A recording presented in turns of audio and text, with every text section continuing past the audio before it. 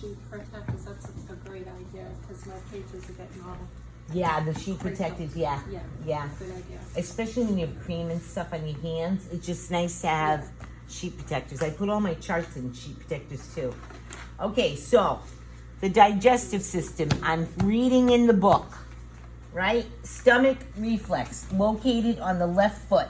This is the bulk of the upper quadrant of the instep. So this is the instep, right in here. And this is the bulk of the upper quadrant. You can actually feel there's like a ball in here, and I am moving my thumb around it. Now, if the person weighs 350 pounds, this is probably going to be a larger area. It's the stomach reflex, okay? And it's found right in there.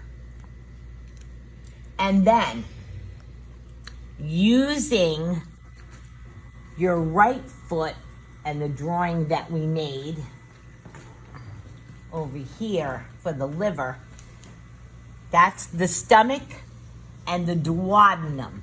And this is the duodenum. And you can feel a lump right in here. Can you see that? That's the duodenum. There's a lump in there.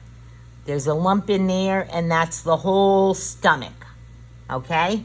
Stomach duodenal reflex. It's considered a C shape. Then we come to the small intestines, and I'm going to show you something on Michaela's foot right here. Okay? We're coming from the stomach now, right? And we're going to stay below the spleen. And there is a whole little white box, if you will, that is right in here. Do you see that little white box? All right in here.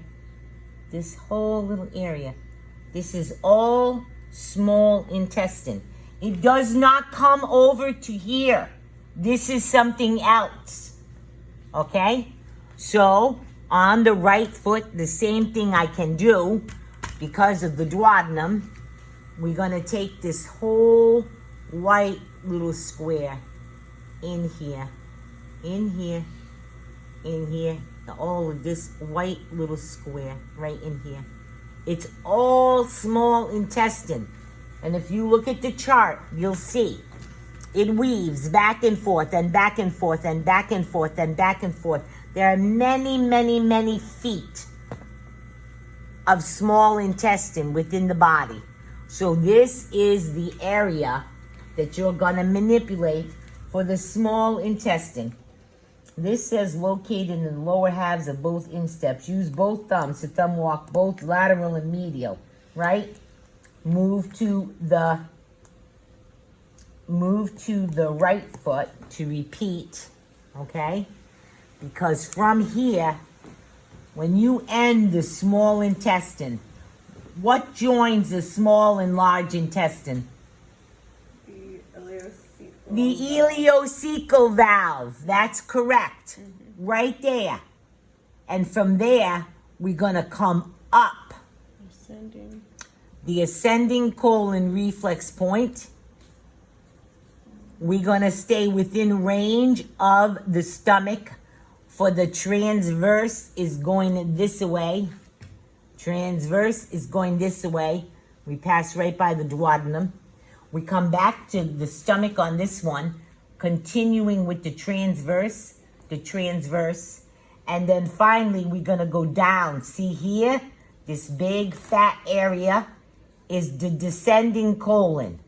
And then we do sigmoid colon, and we're going to go right out the rectal reflexes. Like this. Is on the back. Uh-huh. Uh-huh. Now, I'm going to show you. Ileocecal, I think we did everything. Ascending colon, transverse colon. See, transverse. Yep. Transverse. Very good. Transverse. You can draw it on some people if you want. Transverse could be a little lower. Here, here, here. We'll feel it. We'll feel it. It's definitely below the spleen, right?